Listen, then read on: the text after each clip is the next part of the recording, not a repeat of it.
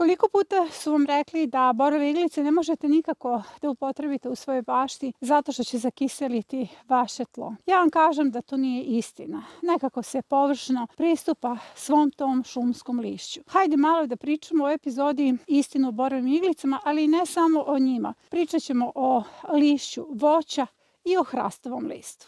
Za početak pokupite sve šišarke i upotrebite ih kao kabasti sloj. Borove iglice kompostiraju se jako dugo, čak godinu dana, i da bi se dobro kompostirale potrebno je mešati ih sa stajenjakom ili tekućim biljnim đubrivom od koprive. Ali to je prednost kada želimo da napravimo rupu za borovnice. U mojoj ruci se nalaze dve vrste borovih iglica. Ovo su mlade borove iglice, a ovo su stare borove iglice. Koja je razlika među njima? Mlade borove iglice pH 3 do 3,5, stare borove iglice pH gotovo neutralan. Što znači da je razlika u upotrebi ovih iglica velika. Ako želite da zakiselite tlo, upotrebit ćete mlade borove iglice. Ako želite da upotrebite svuda, baš svuda borove iglice, koristite samo stare borove iglice. To je ta razlika među njima. To znači da kompost koji se nalazi ispod bora možete upotrebiti bukvalno svud u bašti ili ovakve polurazgrađene iglice.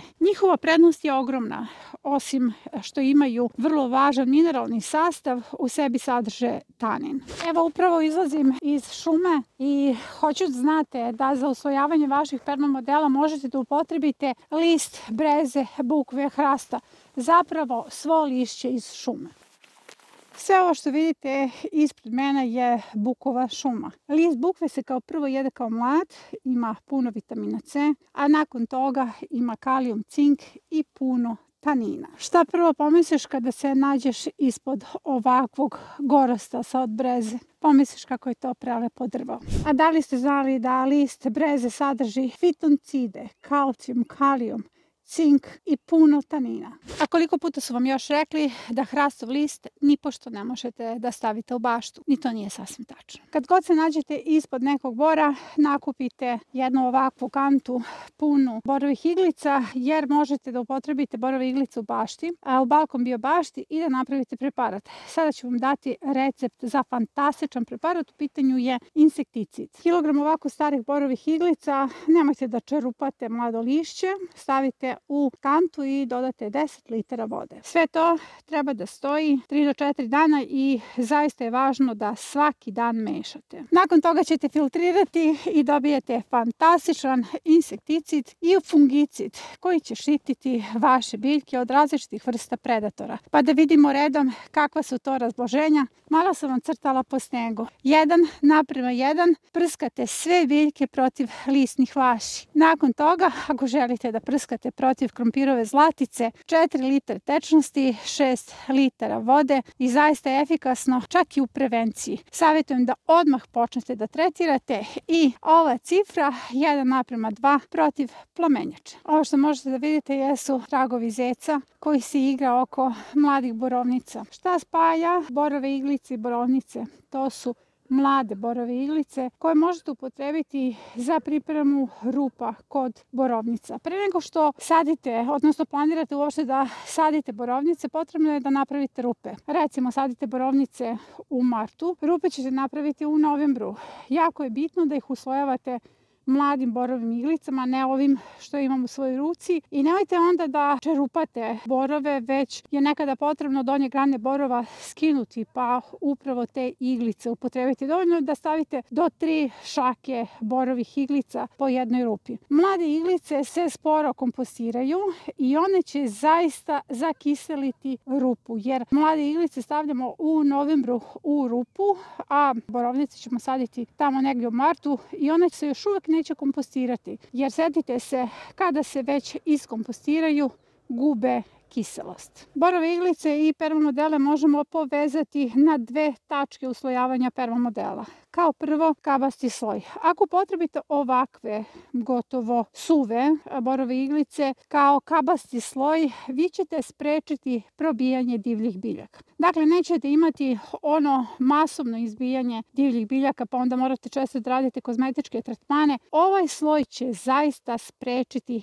proboj divljih biljaka, bukvalno kao da stavljate karton. Drugo mesto gdje možete staviti borove iglice jeste sloj sa stajnjakom. Dakle, ako imate zaista puno ovih iglica, upravo tu gdje iznad sloja sena stavljate stajnjak, stavit ćete jedan tanji sloj do 3 cm borovih iglica i one će zaista da podignu imunitet pervamodela. Uostalom, možete da ih stavite i na sam vrh jer se u njima lako prave tuneli. I koliko puta su vam rekli da hrast ne smete ni pošto da upotrebite u svojoj bašti. I to nije tačno, jer hrast ima kalcijum, kalijum, magnezijum, jod i puno lekovitog tanina. Iako vas svi upozoravaju na tanin koji se nalazi u šumskom lišću, nalazi se u borovim iglicama, u hrastu, u bukvi, brezi, u svim tim listovima se nalazi tanin. To je ono što ih povezuje. Zapravo, tanin je lekovit. Tanin čuva vaše biljke. Pre svega, u pervamodelima odbija predatore,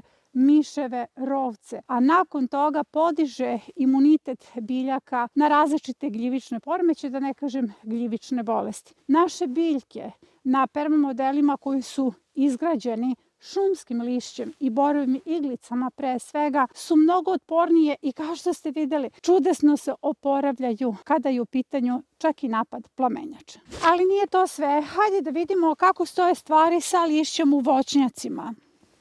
List breskve bogat je cinkom. List trešnje sadrži kvercetin i nepostojan koji dižu imunitet biljaka na gljivične poremećaje. Još list trešnje sadrži kalcijum, magnezijum, jod, kalijum, bakar, fosfor. List višnje sadrži magnezijum, gvožđe. List kruške sadrži kalcijum, kalijum. List šljive sadrži jod. Borove iglice imaju dobru upotrebu u balkon biobašti zato što su izolator vlage. I zimi i leti je potrebno zalivati naše saksije. Posebno leti ako putujete na duže, potrebno je staviti sloj do 5 cm borovih iglica i to upravo ovih borovih iglica koje imaju neutralan pH i na taj način ćete zbrinuti svoje saksije. Saksije se zalivaju i zimi jer ih hladnoća isušuje naše saksije, odnosno kompletnu baštu i zato će sloj od 5 cm biti fantastičan izolator. I za kraj, potrebno je da znate da od svog ovog lišća koje smo u ovoj epizodi obuhvatili, možete da napravite tekuće biljna đubriva, zato što evo konkretno borove iglice sadrže kalcijum, kalijum, magnezijum. Dakle, imate automatski tekuće biljno đubrivo. Također, od lišća voća možete da napravite čajeve koji će da revitalizuju vaše zdravlje, a o tome istražite na internetu.